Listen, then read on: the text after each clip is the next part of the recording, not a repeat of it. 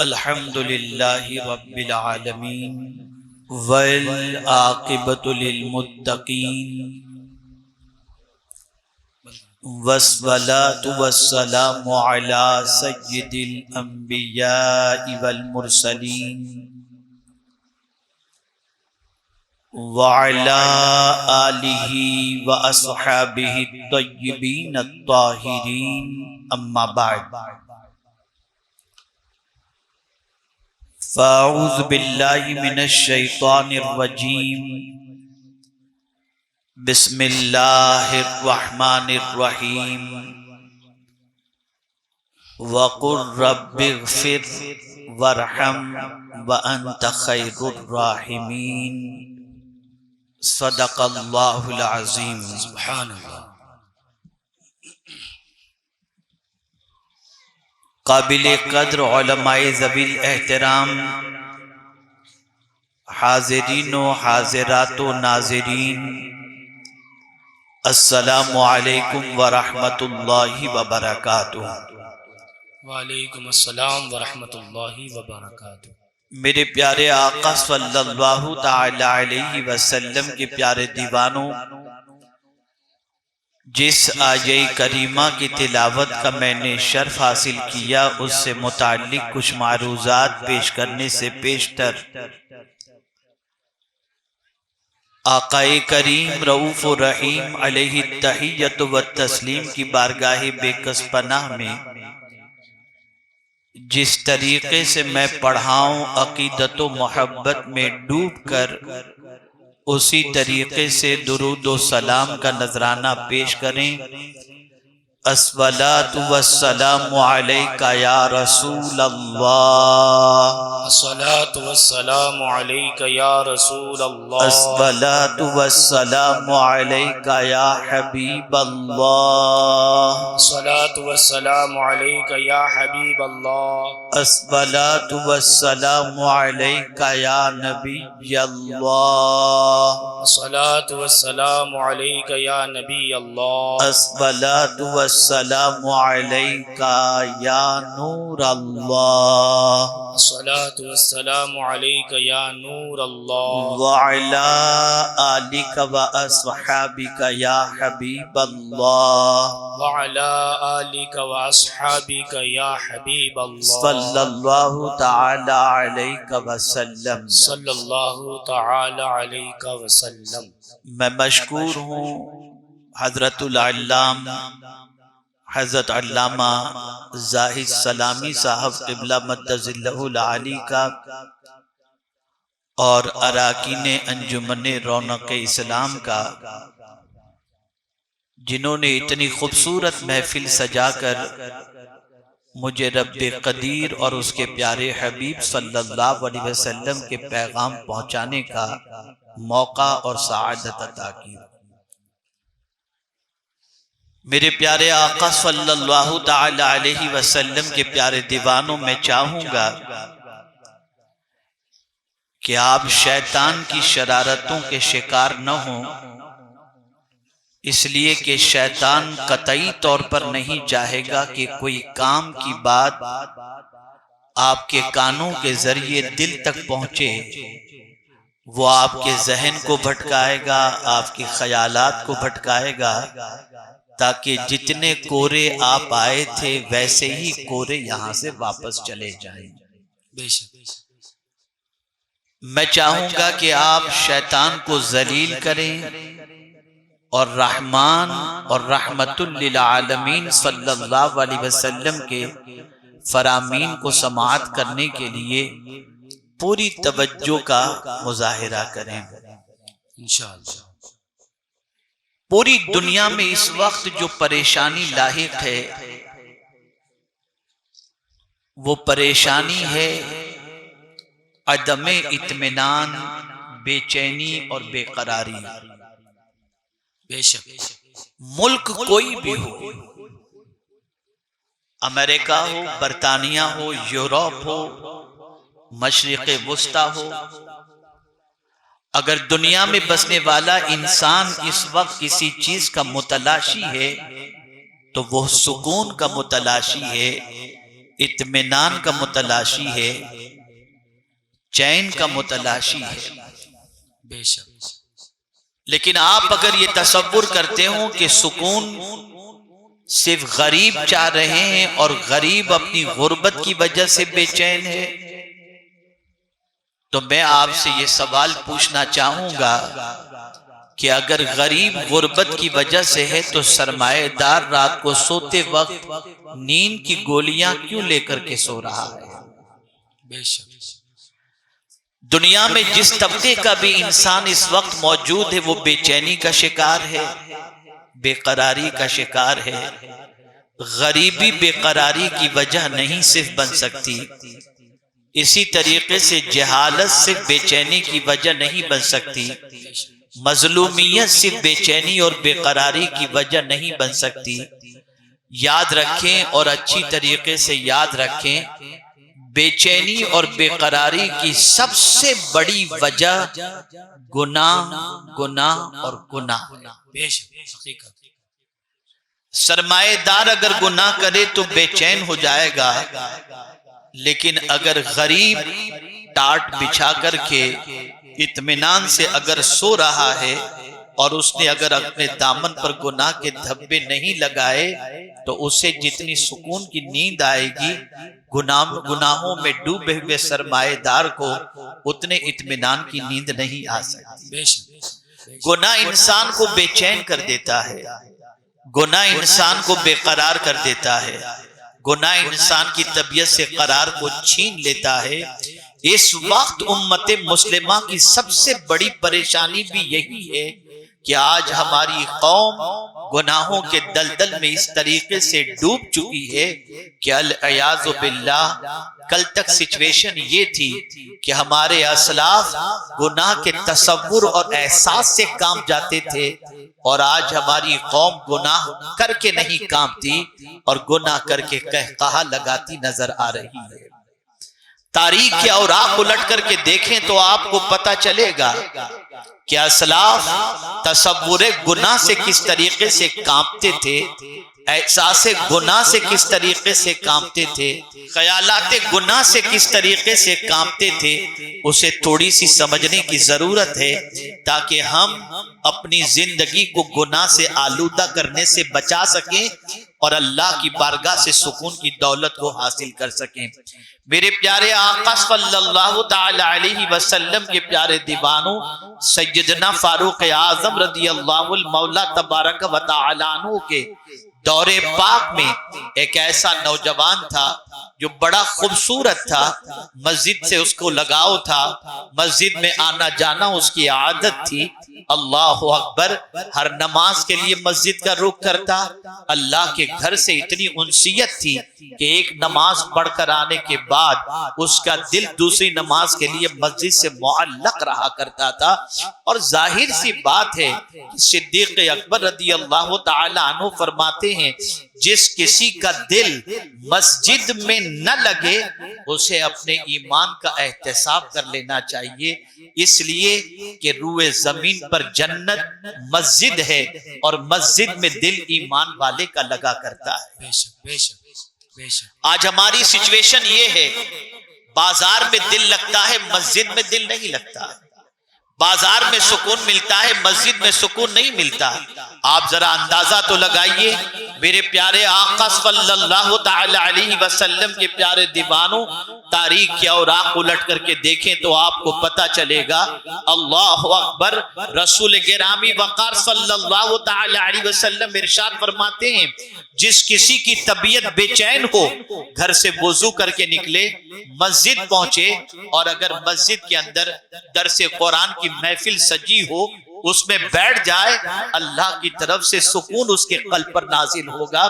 اور اگر مسجد میں درس قرآن کی محفل سجی نہیں ہے تو جائے مسجد میں اور اللہ کی کتاب کو کھول کر پڑھنا شروع کرے، اللہ اس کے قلب پر سکون کی دولت کو نازل فرمائے گا۔ لیکن آپ ذرا اندازہ لگائیں، آج ہماری قوم سکون کی تلاش کے اندر کوئی سگریٹ پیتا ہوا نظر آتا ہے، کوئی ڈرگز استعمال کرتا نظر آتا ہے، کوئی گندی پکچریں دیکھتا نظر آتا ہے، کوئی پتہ نہیں کیا کیا کرتا نظر آتا ہے۔ جب ہماری زندگی کا معاملہ یہ ہوا کہ ہم نے اللہ اور اس کے رسول کے قانون سے رشتہ توڑ دیا اور مرضی کے مطابق اور شیطان کے نقش قدم پر چلنے لگے، تو اللہ تعالیٰ نے ہمیں زوال کا مسافر بنا دیا اور ہم عروج سے زوال کی طرف آ گئے۔ آئیے میں عرض کر رہا تھا، سیدنا فاروق اعظم رضی اللہ المولا تبارک و تعالی عنہ کے دور پاک میں ایک جوان کو مسجد سے بڑا لگاؤ تھا۔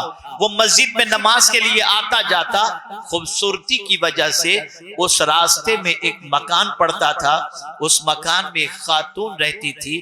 جب اس خاتون کی نظر اس نوجوان خوبصورت پر پڑی، اس کے دل میں شیطان نے وسوسہ ڈالا اور اس کی محبت اس کے دل میں گھر کر گئی۔ اس نے اپنی ناجائز خواہش کو پوری کرنے کے لیے ہیلے بہانے کے بارے میں غور کرنے لگی کہ اس نوجوان کو میں اپنے دام فریب میں کیسے گرفتار کروں اور اس سے میں اپنی خواہش کو کیسے پوری کروں۔ اللہ اکبر! آج کے دور کا کوئی نوجوان ہوتا تو اسے خود پیشکش کرتا اور گناہوں کے دلدل میں ڈوب جاتا، لیکن اللہ اکبر! اللہ کے وہ برگزیدہ بندے اور اللہ عز و جل کے پیارے حبیب صلی اللہ علیہ وسلم کے شیدائی کا معاملہ دیکھیے۔ عورت جب اپنے آپ پر قابو نہ پا سکی، ایک بہانہ بناتی ہے۔ جب وہ نوجوان راستے سے گزرنے لگا تو کہتی ہے، مولانا صاحب ایک مسئلہ مجھے آپ سے پوچھنا ہے، میں راستے میں نہیں پوچھ سکتی، ذرا کمرے میں تشریف لے آئیے تاکہ مسئلہ میں آپ سے دریافت کر سکوں۔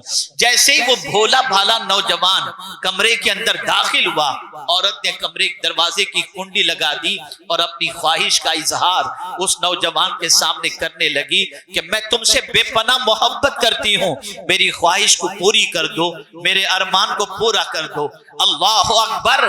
اس نوجوان نے جب یہ سنا، اس کے بدن پر کپ کپی طاری ہو گئی، لرزنے لگا، کانپنے لگا، یہاں تک کہ اس کے دل میں یہ خیال آیا کہ اس گناہ کے بارے میں قیامت میں رب کے حضور جب میں حاضر ہوں گا اور میرا مولا جب مجھ سے اس گناہ کے بارے میں سوال کرے گا تو میں کیا جواب دوں گا۔ اس تصور نے اسے کانپنے پر مجبور کیا، لرزنے پر مجبور کیا، کپ کپاہٹ کی عالم کے اندر اور اللہ کی بارگاہ میں حاضری کے تصور نے اس طریقے سے اس پر کیفیت طاری کر دی کہ اس کے جسم سے روح پرواز کر گئی، ڈر کے مارے کہ میں اپنے مولا کو کیا منہ دکھاؤں گا۔ اللہ اکبر! روح کا پرواز کرنا تھا، خاتون نے اسے لا کر دروازے پر رکھ دیا، اس کی لاش کو، اور اس کے بعد اس کو کوئی دفنانے لے گیا، گھر والے لے گئے، تدفین عمل میں آئی، سب کچھ ہو گیا۔ صبح یہ بات مشہور ہوئی کہ ایک نوجوان خوف خدا سے لرز کر اپنی جان اللہ کی بارگاہ میں نذرانے کے طور پر پیش کر دیا۔ امیر المومنین فاروق اعظم رضی اللہ تعالیٰ عنہ کو جب یہ اطلاع ملی، فوراً اس کی قبر پر پہنچے اور قبر پر پہنچنے کے بعد اس نوجوان کی قبر کے پاس کھڑے ہو کر ارشاد فرماتے ہیں، اے نوجوان بتا میرے کریم نے تیرے ساتھ کیا سلوک فرمایا۔ قبر سے آواز آتی ہے، امیر المومنین میرے رب نے مجھے 2 جنتیں عطا فرما دی، اس لیے کہ اس کا وعدہ ہے وَلِمَنْ خَافَ مَقَامَ رَبِّهِ جنتان، میں اللہ کے خوف سے اپنے آپ کو روکے رکھا اور ڈر کر کے میں اپنی جگہ پر قائم رہا اور گناہ سے دامن کو بچایا، میرے کریم نے مجھے 2 جنتیں عطا فرمائی۔ جب امت مسلمہ میں گناہوں سے بچنے والے ایسے تھے تو ہمارا سورج کبھی غروب ہوتا نظر نہیں آتا تھا، لیکن جب امت مسلمہ کی پوزیشن ایسی ہوئی کہ کوئی رات دامن میں گناہوں کے دھبوں میں اضافہ نہیں ہوتا، ایسا ہو ہی نہیں سکتا، اور کوئی دن آوارگی میں گزرتا نہ ہو، ایسا ہو نہیں سکتا، تو آج ہماری پوزیشن جو ہے وہ ہماری نگاہوں کے سامنے ہے۔ اے رسول اعظم صلی اللہ علیہ وسلم کے دیوانوں، کل احساس گناہ سے انسان لرز جاتا تھا، تصور گناہ سے انسان کانپ جاتا تھا، اور آج گناہ کر کے کہے لگاتا ہے، گناہ کر کے دوستوں سے تذکرے کرتا ہے، گناہ کر کے موج مستی میں زندگی گزار رہا ہے، گناہ کرنے کے بعد اس کے دل سے اللہ کی بارگاہ میں جواب دہی کا تصور ختم ہو چکا چکا ہے، چنانچہ یہ قوم بھی ختم ہونے کے لیے تیار ہو چکی ہے۔ یاد رکھیں صرف مردوں میں ایسے نہیں تھے، خواتین میں بھی ایسی اللہ سے ڈرنے والی بندیاں تھیں۔ اللہ اکبر! چونکہ میری بہنیں بھی یہاں پر حاضر ہیں، اس لیے میں چاہوں گا کہ وہ بھی اپنی اصلاح کر کے یہاں سے جائیں۔ اللہ اکبر! علامہ یافعی رحمت اللہ تعالی علیہ ارشاد فرماتے ہیں بزم روض الریاحین کے اندر، جس کا ترجمہ حضرت علامہ مولانا بدر القادری علیہ رحمت والرضوان نے بزم اولیاء کے نام سے کیا ہے۔ آپ جانتے ہیں بزم اولیاء کے اندر دو دوستوں کا واقعہ موجود ہے۔ اللہ اکبر! دو دوست تھے۔ ایک دوست کی پوزیشن یہ تھی کہ لوہے کا کاروبار کرتا تھا، وہ لوہار تھا، لوہے کو آگ میں ڈالتا اور آگ میں ڈالنے کے بعد جب لوہا نکالنا ہوتا تو کسی اوزار سے نہیں نکالتا تھا، اپنا ہاتھ اس آگ میں ڈالتا اور جلتے ہوئے لوہے کو اپنے ہاتھوں سے اٹھا لیتا تھا، لیکن اس کے ہاتھوں پر آگ کا اثر نہیں ہوتا تھا، اسے کوئی تکلیف نہیں ہوتی تھی۔ اللہ اکبر!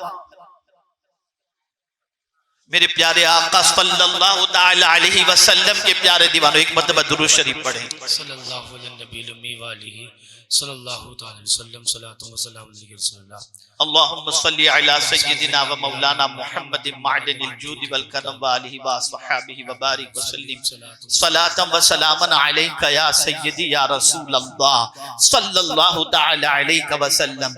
اپنے دوست کی یہ کیفیت کو دیکھ کر ایک دن اپنے دوست سے پوچھ بیٹھا، کیا میرے دوست ہاتھ میں کوئی ملم وغیرہ لگاتے ہو، کوئی آئنٹمنٹ لگاتے ہو؟ کیا ہے کہ تم لوہے کے اندر، آگ کے اندر ہاتھ ڈالتے ہو لیکن آگ کا اثر تمہارے ہاتھوں پر نہیں ہوتا؟ وجہ کیا ہے؟ سبب کیا ہے؟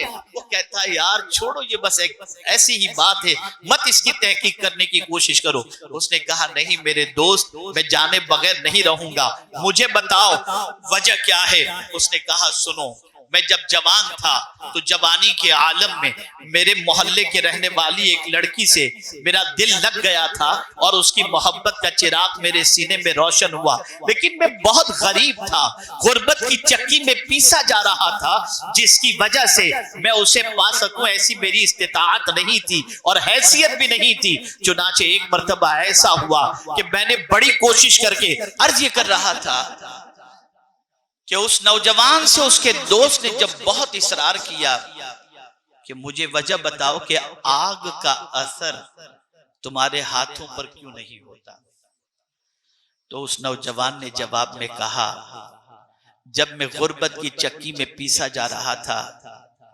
اس وقت جس لڑکی کی محبت کا چراغ میرے سینے میں روشن ہوا وہ بہت سرمایہ دار باپ کی بیٹی تھی، میری رسائی وہاں تک ممکن نہ تھی، پھر بھی کوشش کر کے میں نے اپنا پیغام بھجوایا، غربت کی وجہ سے اس پیغام کو انکار کر دیا گیا۔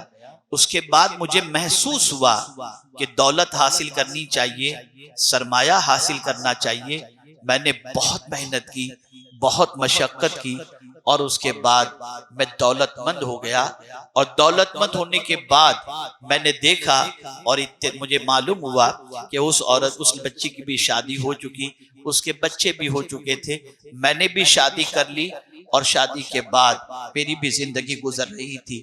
اتفاق سے شہر میں قحط پڑا اور قحط کی وجہ سے شہر کے بسنے والے غریب لوگ سرمایہ داروں کے دروازے پر پہنچنے لگے اور ان کے یہاں سے اناج اور غلہ حاصل کرنے لگے۔ میرا شمار بھی شہر کے سرمایہ داروں کے اندر تھا، میں بھی سرمایہ کی وجہ سے اور دولت کی وجہ سے شہر میں بڑا مشہور تھا، میں بھی اپنے گھر کے دروازے پر غلہ لے کر کے بیٹھ گیا اور قطار میں آنے والوں کو دیتا رہا۔ اتفاق اس قطار کے اندر آنے والے مرد و خواتین کے اندر وہ عورت بھی آ گئی جو قطار کے اندر مجھ سے اناج لینے پہنچی۔ میری نظر پڑتے ہی پرانا عشق پھر بیدار ہوا اور میرے دل میں اس کو پانے کی تڑپ پیدا ہوئی۔ میں نے اس عورت سے کہا اے عورت تو میری خواہش پوری کر دے، میں تیری خواہش پوری کر دوں گا۔ وہ غربت کی ماری عورت قطار سے نکلتی ہے اور چلی جاتی ہے، گھر جب پہنچتی ہے تو بچے بلک رہے تھے، بھوک سے تڑپ رہے تھے. ماں کی ممتا نے سوچا چلو پھر ایک بار جا کر کے میں کوشش کروں، شاید ہو سکتا ہے کہ اس کے دل میں رحم پیدا ہو جائے. اور وہ شخص کہتا ہے کہ پھر وہ عورت واپس آئی، لیکن مجھ پر جذبات کا غلبہ تھا. جیسے ہی اسے دیکھا پھر میں نے اپنی خواہش کا اظہار کیا کہ تم میرا سوال پورا کر دے، میں تیرا سوال پورا کر دوں گا. اللہ اکبر. عورت قطار سے نکلی اور چلی گئی. گھر جانے کے بعد بچوں کا بلکنا برداشت نہ ہوا، بچوں کا تڑپنا برداشت نہ ہوا، اور اس نے سوچا آج میں جا تو رہی ہوں لیکن اسے اسٹریٹ فارورڈ بالکل بغیر کسی روک ٹوک کے کچھ سنا کر کے ہی آؤں گی، چاہے میرے بچے جیئیں یا مر جائیں. جیسے ہی وہ پہنچی اور اس نے جیسے ہی کہا تو میری خواہش پوری کر دے میں تیری خواہش پوری کر دوں گا. اللہ اکبر. اس خاتون نے جواب میں کہا سن لے، میرا ایک ایک بچہ بھوک سے بلک بلک کر جان دے دے یہ تو میں گوارا کر سکتی ہوں، لیکن قیامت میں خدا کے سامنے زنا کا داغ لے کر حاضر ہونا گوارا نہیں کر سکتی. یہ کہہ کر وہاں سے وہ نکلتی ہے. اللہ اکبر. یہ سننے کے بعد نوجوان کی آنکھوں میں آنسو تھے، اس کا جذبات جو ابھر گئے تھے وہ سرد پڑ گئے، اور اس کے دل میں ایک خیال پیدا ہوا اللہ اللہ میں کیسا ظالم ہوں. بھوک کی ماری اس بچی کو، بھوک کی ماری اس عورت کو گناہ سے بچنے کا خیال ہے، اور میرے پاس تو پیٹ بھرنے کے لیے بہت سارا کچھ موجود ہونے کے بعد میں گناہ کا خیال کر رہا ہوں. اس نے بے ارادہ کیا کہ نہیں اب میں اس سے گناہ کے بارے میں نہیں کہوں گا، اپنی خواہش کے بارے میں نہیں کہوں گا، اب اس کے دامن مراد کو بھر دوں گا. عورت کو بلاتا ہے اور کہتا ہے اے خاتون میرا کوئی مطالبہ تجھ سے نہیں ہے، یہ سارا سامان ہے، لے جا تو بھی کھا، اپنے بچوں کو بھی کھلا. عورت نے کہا کوئی ڈیمانڈ تو نہیں ہے؟ کہا کوئی ڈیمانڈ نہیں. سامان اٹھائی عورت اور قریب سجدے میں چلی گئی اور اللہ سے دعا کرتی ہے اے اللہ اس نے میرے بچوں کے پیٹ کی آگ بجھانے کا انتظام کیا ہے، تیری بارگاہ میں ایک مظلومہ عورت کی دعا ہے کہ اس کو دنیا کی آگ سے بھی بچا اور جہنم کی آگ سے بھی بچا لے. اس نوجوان نے کہا اگر آج آگ میں ہاتھ ڈالنے کے بعد میرے ہاتھوں پر آگ کا اثر نہیں ہوتا تو یہ اسی عورت کی دعاؤں کا نتیجہ ہے جس نے میرے لیے یہ دعا کی تھی. تو تاریخ گواہ ہے، ہماری تاریخ اس بات سے بھری پڑی ہے کہ ایسی بہت ساری اللہ کی بندیاں بھی تھی جنہوں نے مجبوری میں بھی دامن پر گناہ کا دھبا لگنے نہیں دیا، اپنے دامن کو پاک رکھا، اپنے دامن کو برائیوں سے بچایا. اب آئیے یہ احساس کے حوالے سے گناہ کی بات کرنے کے بعد اب میں آپ کو سمجھاتا ہوا چلوں. آئیے ذرا قرآن کی روشنی میں دیکھیں تو صحیح، اپنے بارے میں بھی ذرا غور کرنے کی کوشش تو کریں. اللہ اکبر. ہمارا سب کا دامن گناہوں سے آلودہ ہے، لیکن گناہوں سے آلودہ دامن ہونے کے باوجود ہم رب کی بارگاہ میں کیا مانگتے ہیں؟ ہاتھ اٹھاتے ہیں مولا یہ دے دے، مولا وہ دے دے، مولا یہ کر دے، مولا یہ عطا فرما دے. یہی تو کہہ رہے ہیں. کتنے لوگ ایسے ہیں جنہیں اپنے گناہوں کے سلسلے میں شرمندگی ہے اور اللہ کی بارگاہ سے مغفرت کی بھیک مانگتے ہوں. اللہ نے اپنے محبوب صلی اللہ علیہ وسلم سے کیا مانگنے کے بارے میں فرمایا؟ امت کی تعلیم کے لیے تاکہ حضور مانگیں تو امت بھی وہی چیز مانگے. رب نے فرمایا وَقُرْ رَبِّ اغْفِرْ وَارْحَمْ وَأَنْتَ خَيْرُ الرَّاحِمِينَ. آپ عرض کیجئے مولا بخش دے، رحم فرما، اور تو بہترین رحم فرمانے والا ہے.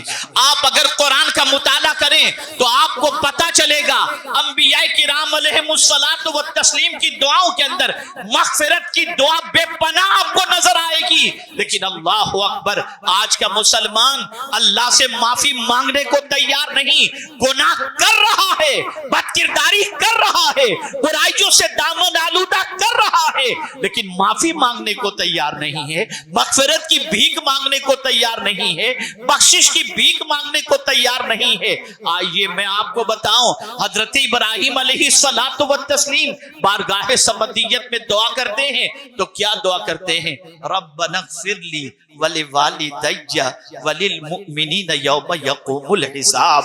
آپ اندازہ لگائیں ایک جلیل القدر پیغمبر اللہ کی بارگاہ میں مغفرت کی دعا کر رہے ہیں. انبیاء معصوم ہوتے ہیں لیکن دعا کر کے انبیاء کرام یہ بتا رہے ہیں کہ اللہ سے معافی مانگنا اللہ کو بہت پسند ہے, اور جب کوئی معافی مانگتا ہے تو اس کی رحمت کو پیار آ جاتا ہے. بے شک بے شک. اے رسول گرامی وقار صلی اللہ تعالی علیہ وسلم کے پیارے دیوانوں, آپ ذرا سوچیں, مفتی صاحب قبلہ آپ کو مبارکباد دیں, آپ خوش ہو جائیں. حضرت علامہ مولانا زاہد سلامی صاحب مبارکباد دیں, آپ خوش ہو جائیں. اللہ اکبر. ماں باپ مبارکباد دیں, آپ خوش ہو جائیں. استاد مبارکباد دیں, خوش ہو جائیں. لیکن اگر حضور کسی کو خوشخبری سنا دیں اور مبارکباد عطا فرمائیں تو اس سے بڑھ کر کے مبارکباد اور خوشخبری کیا ہوگی؟ میرے آقا صلی اللہ علیہ وسلم فرماتے ہیں طوبی لمن وجد فی صحیفتہ استغفارا کثیرا. خوشخبری ہو اس کے لیے, مبارکباد ہو اس کے لیے جس کے اعمال نامے کے اندر کثرت کے ساتھ استغفار موجود ہو. بے شک سبحان اللہ. اے رسول گرامی وقار صلی اللہ تعالی علیہ وسلم کے دیوانوں, استغفار صرف گناہوں کو معاف نہیں کرتا بلکہ میرے پیارے آقا صلی اللہ تعالی علیہ وسلم کے پیارے دیوانوں, قحط کا زمانہ ہو, اللہ سے استغفار کرو, قحط کا زمانہ دور ہو جائے گا, قحط دور ہو جائے گا اور اللہ کی طرف سے رحمتوں کی موسلادھار بارش ہوگی. آپ کمزور ہیں, آپ استغفار کریں, اللہ تعالیٰ استغفار کی وجہ سے قوت عطا فرمائے گا. قرآن کہتا ہے وَقُلْتُ اسْتَغْفِرُوا رَبَّكُمْ ثُمَّ تُوبُوا إِلَيْهِ يُرْسِلِ السَّمَاءَ عَلَيْكُمْ مِدْرَارًا وَيَزِدْكُمْ قُوَّةً إِلَىٰ قُوَّتِكُمْ. یہ قرآن کہہ رہا ہے. اور خود آقا کریم صلی اللہ تعالی علیہ وسلم اپنی امت کی تعلیم کے لیے فرماتے ہیں میں دن میں 70 مرتبہ یا 100 مرتبہ استغفار کرتا ہوں. آپ ذرا سوچو اور اندازہ لگاؤ. اے رسول گرامی وقار صلی اللہ تعالی علیہ وسلم کے دیوانوں, کیا کوئی رات آپ کو ایسی بھی یاد ہے جس رات آپ نے اپنا بستر چھوڑ کر مصلی بچھا کر اللہ سے معافی مانگی ہو آنسو بہا کر؟ کیا دامن پر گناہوں کے دھبے نہیں لگے؟ کیا دامن گناہ آلود نہیں؟ وہ اللہ کے برگزیدہ بندے جن کی راتیں بھی عبادت میں گزرتی, جن کا دن بھی عبادت میں گزرتا, جب قرآن ان کی صفت بیان کرتا ہے تو آپ جانتے ہیں کیا بیان فرماتا ہے؟ وَالْمُسْتَغْفِرِينَ لِلْأَسْحَارِ. رات کے آخری پہر کے اندر وہ اللہ سے مغفرت مانگتے ہیں. اللہ کے برگزیدہ بندے نیکی کر کے بخشش مانگتے تھے اور مغفرت مانگتے تھے, اور ہم گناہ کر کے بھی توبہ اور مغفرت مانگنے کے لیے تیار نہیں ہیں. اے رسول گرامی وقار صلی اللہ علیہ وسلم کے دیوانوں, مغفرت سے زندہ رہنے والوں کے لیے یا زندوں کے لیے ہی نہیں ہے. آپ کیا سمجھتے ہیں ماں باپ کے لیے جو اس دنیا سے چلے گئے یا موجود ہیں, اولاد کی طرف سے سب سے بڑا تحفہ کیا ہے؟ آقا کریم صلی اللہ علیہ وسلم ارشاد فرماتے ہیں مردہ قبر کے اندر پریشان ہوتا ہے, تکلیف میں ہوتا ہے, گھبرا رہا ہوتا ہے, لیکن اس کا کوئی رشتہ دار, اس کا کوئی دوست یا اس کی اولاد اس کے لیے مغفرت کی دعا کرے تو اسے قبر کے اندر سکون کی دولت نصیب ہو جاتی ہے. امام المتکلمین علامہ نقی علی خان علیہ الرحمت والرضوان فرماتے ہیں کہ جو شخص ہر نماز کے بعد اپنے ماں باپ کے لیے مغفرت کی دعا نہ کرے اس کی نماز بارگاہ سمدیت میں مقبول نہیں. اللہ اکبر اللہ اکبر.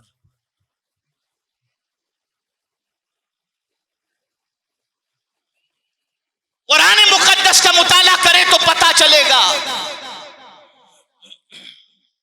کہ ہم سے پہلے جو چلے گئے ان کے لیے اللہ کے برگزیدہ بندوں نے کیا دعا کی، کیا دعا کی؟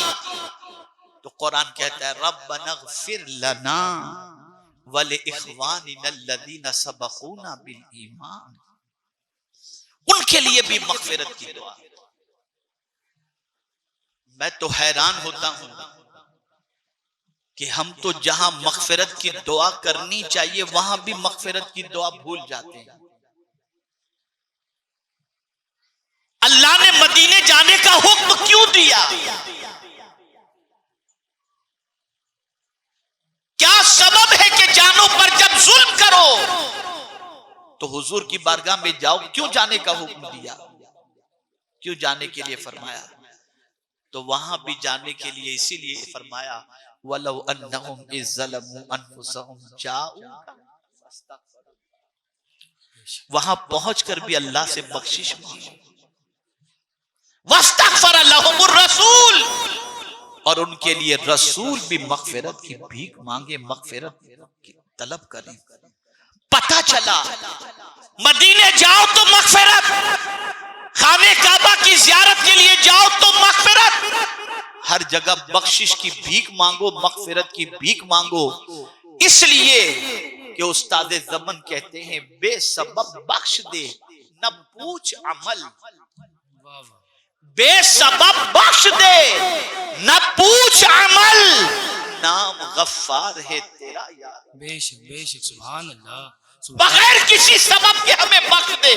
عمل پوچھے گا تو تیری شان کے لائق ہے ہی کہاں؟ حقیقت عمل ایسے کہاں کہ تیری بارگاہ میں قبول ہو سکیں؟ یہی وجہ ہے کہ اللہ والے ہمیشہ اس چیز کی فکر میں رہتے۔ ایک بزرگ کپڑا بنا کرتے تھے، ایک بار سوچتے ہیں کہ چلو بہت اچھا کپڑا تیار کیا جائے اور شہر کے رئیس کو بیچا جائے تاکہ اچھی قیمت اس سے وصول کی جا سکے۔ تیار کیا کپڑا انہوں نے، بڑی باریکی سے انہوں نے ایک ایک سوت کا استعمال کیا، کلر کا استعمال کیا، سب کچھ کیا۔ جب بہترین ان کے نزدیک کپڑا تیار ہوا تو لے کر شہر کے بڑے تاجر کے پاس پہنچے اور کہا دیکھیں یہ لے کر آیا ہوں۔ اس تاجر نے دیکھا، دیکھتے ہی مسکراتے ہوئے کہنے لگا بابا دیکھو یہ دھاگا یہاں نہیں ہونا چاہیے، یہ کلر یہاں نہیں ہونا چاہیے۔ 5 منٹ کے اندر اتنے عیب نکال دیے کہ وہ بزرگ کے پسینے نکل گئے اور آنکھوں سے آنسو نکل گئے۔ تو تاجر نے کہا بابا گھبراؤ نہیں، کپڑا تو میں ضرور خریدوں گا اور اچھی قیمت میں خریدوں گا، آپ رو نہیں۔ وہ بزرگ فرماتے ہیں میں اس لیے نہیں رو رہا کہ تو کپڑا خریدے گا یا نہیں خریدے گا، ایک تصور نے مجھے رلا دیا۔ میرے نزدیک کپڑا تو میں نے بہت اچھا بنایا تھا لیکن جانچنے والا تیرے جیسا تھا تو نہ جانے کتنے عیب نکال دیے۔ تو میں بھی عبادت کرتا ہوں، جانچنے والا خدا ہے، اگر قیامت میں اس نے کہا کہ یہ عبادت میری بارگاہ کے لائق نہیں تو کیا ہوگا؟ اس چیز کو سوچ کر کے میں یہ فکر تھی، یہ سوچ تھی، اسی لیے استاد زمن کہتے ہیں بے سبب بخش دے نہ پوچھ عمل، عمل کہاں اس میں؟ اور اعلیٰ حضرت عظیم البرکت امام عشق و محبت کہتے ہیں اہل عمل کو ان کے عمل کام آئیں گے، میرا ہے کون تیرے سوا اے شاہ لے خبر، نیک اچھے ہیں کہ ان کے اعمال ہیں اچھے، ہم بدوں کے لیے کافی ہے سہارا تیرا۔ بے شک بے شک، اے رسول گرامی وقار صلی اللہ علیہ وسلم کے دیوانوں، اللہ سے معافی مانگا کرو، استغفار کیا کرو، بخشش کی دعائیں کیا کرو، اپنے لیے ہی نہیں، اپنے سارے خاندان والوں ہی کے لیے نہیں، سارے مومنین کے لیے۔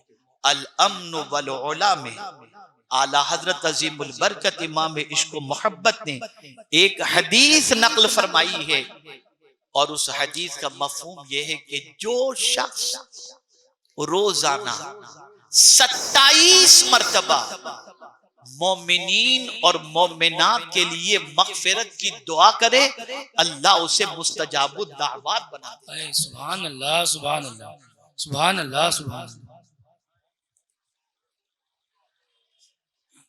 تو اے رسول گرامی وقار صلی اللہ تعالی علیہ وسلم کے دیوانوں، استغفار کی کثرت کرو۔ استغفار اللہ اکبر بہت بڑا ہتھیار ہے۔ میرے استاد گرامی نے کورونا کے زمانے میں مجھ سے فرمایا تھا، 2 چیزوں کی کثرت کرو کورونا نہیں ہوگا، ایک درود شریف کی کثرت کرو اور ایک استغفار کی کثرت کرو۔ اللہ سبحان اللہ۔ اور پھر دلیل دی انہوں نے قرآن کی، کہا وما کان اللہ لیعذبہم وانت فیہم وما کان اللہ معذبہم وہم یستغفرون۔ اللہ اس کو عذاب کیسے دے گا جو بندہ مغفرت طلب کرتا ہو، اور اسے عذاب کیسے دے جبکہ اس کے درمیان رسول اعظم موجود۔ بے شک بے شک بے شک۔ استغفار اللہ کے عذاب سے امان ہے، امان۔ استغفار سے مصیبتیں ٹلتی ہیں، استغفار سے رکے ہوئے کام ہو جاتے ہیں، استغفار سے جہاں گمان نہیں پہنچتا وہاں سے اللہ روزی عطا فرماتا ہے۔ خود رسول اعظم صلی اللہ علیہ وسلم نے ارشاد فرمایا من لزم الاستغفار، جس نے استغفار کو لازم پکڑ لیا اللہ اس کے غم کو ہلکا کر دیتا ہے، بے شک بے شک۔ اس کے رکے ہوئے کام کو پورے کر دیتا ہے، اور ایسی جگہ سے روزی عطا کرتا ہے جہاں اس کا گمان بھی نہیں پہنچتا۔ بے شک بے شک سبحان اللہ۔ میرے پیارے آقا صلی اللہ تعالی علیہ وسلم کے پیارے دیوانوں، خود رب نے حضور سے فرمایا مومنین کے لیے مغفرت کی دعا کرو، مومنین کے لیے استغفار کرو، مومنین کے لیے مغفرت کی دعا کرو۔ اور یہی نہیں، ہماری بخشش کی دعا کون کرتا ہے؟ حضور تو کرتے ہی ہیں، لیکن قرآن کہتا ہے وہ فرشتے جنہوں نے عرش کو اٹھائے رکھا ہے وہ بھی ہمارے لیے مغفرت کی دعا کریں۔ اللہ سبحان اللہ۔ اے مسلمانوں ذرا سوچو، ہماری بخشش، ہماری نجات اور ہماری مغفرت کا خیال رسول اعظم کو بھی ہے، اور فرشتے بھی مغفرت کی دعا کر رہے ہیں، اور ہمارا حال یہ ہے کہ رات گناہ میں گزرتی ہے، دن گناہ میں گزرتا ہے، کوئی فکر نہیں، مولا کا کوئی ڈر نہیں، مولا کا کوئی خوف نہیں۔ بس آخری بات عرض کر کے میں اپنی گفتگو کو ختم کرتا ہوں۔ آپ جانتے ہیں جب میں نے غوث پاک رضی اللہ تعالیٰ عنہ کی سیرت طیبہ کا مطالعہ کیا تو میں نے یہ تلاش کرنے کی کوشش کی کہ سیدنا غوث پاک رضی اللہ تعالیٰ عنہ حضور صلی اللہ علیہ وسلم کی بارگاہ میں حاضر ہوتے تو کیا مانگتے؟ تو اللہ اکبر، حضرت غوث پاک رضی اللہ تعالیٰ عنہ جب سرکار صلی اللہ علیہ وسلم کے مباجع اقدس کے سامنے پہنچتے تو عرض کرتے اللہم اغفر بحق نبی جی کا سیدنا محمد صلی اللہ علیہ وسلم، وہ بھی مغفرت کی دعا مانگتے۔ اعلیٰ حضرت عظیم البرکت امام عشق و محبت اللہ اکبر مسجد نمرہ کے اندر تشریف لے گئے۔ جب وہاں پہنچے تو آپ نے دیکھا کہ ایک کونے سے شہد کی مکھیوں کے بنبنانے جیسی آواز آتی ہے۔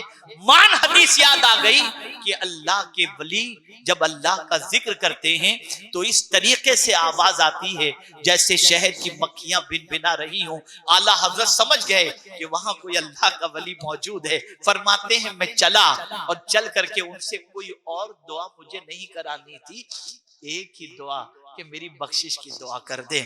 اعلیٰ حضرت فرماتے ہیں میں بڑھا، ابھی تو ان کے قریب بھی نہیں پہنچا تھا کہ گدڑی میں سے انہوں نے اپنا چہرہ نکالا اور فرمایا جاؤ اللہ تمہاری مغفرت فرمائے۔ آپ اندازہ لگائیں اولیاء کرام جن کے دامن میں نیکیوں کا انبار تھا پھر بھی وہ اللہ سے مغفرت کی بھیک مانگتے تھے، اور ہمارا حال یہ ہے دامن گناہوں سے آلودہ ہے پھر بھی اللہ سے بخشش کی بھیک نہیں مانگتے۔ ہر بار گناہ کا ارادہ، ہر بار گناہ کی لذت کا خیال، ہر بار گناہ کی طرف قدم بڑھانے کا خیال۔ نادانوں سوچو تو صحیح، کوئی اگر بڑا دیکھ رہا ہو تو تم گناہ نہیں کرتے، لیکن اللہ دیکھ رہا ہے اور گناہ کر رہے ہو۔ اللہ اکبر، کتنی بڑی جسارت اور جرت ہے۔ توبہ کرو، استغفار کرو۔ جو حالات بھی اس وقت پوری دنیا کے اندر ہیں ہونے دو وہ حالات، استغفار کرو گے مولا بھلے دن لے آئے گا، استغفار کرو گے مصیبتیں اللہ دور فرما دے گا، استغفار کرو گے روزی میں برکت ہوگی، استغفار کرو گے کھویا ہوا وقار عطا کرے گا، استغفار کرو گے کوئی بھی عزت اللہ عطا فرمائے گا۔ اللہ فرماتا ہے جب کوئی بندہ اللہ سے استغفار کرتا ہے، مغفرت جب مانگتا ہے، تو جانتے ہو اللہ فرشتوں سے کیا فرماتا ہے؟ فرشتوں، یہ بندہ جانتا ہے کہ میں معاف کرنے والا ہوں، تبھی تو مجھ سے معافی مانگتا ہے، گواہ ہو جاؤ میں نے اس کو معاف کر دیا، معاف کر دیا۔ قرآن کہتا ہے اللہ اکبر، نبی عبادی انی انا الغفور الرحیم، میرے محبوب میرے بندوں کو خوشخبری سنا دو، میں بہت معاف کرنے والا ہوں، میں بہت رحم کرنے والا ہوں۔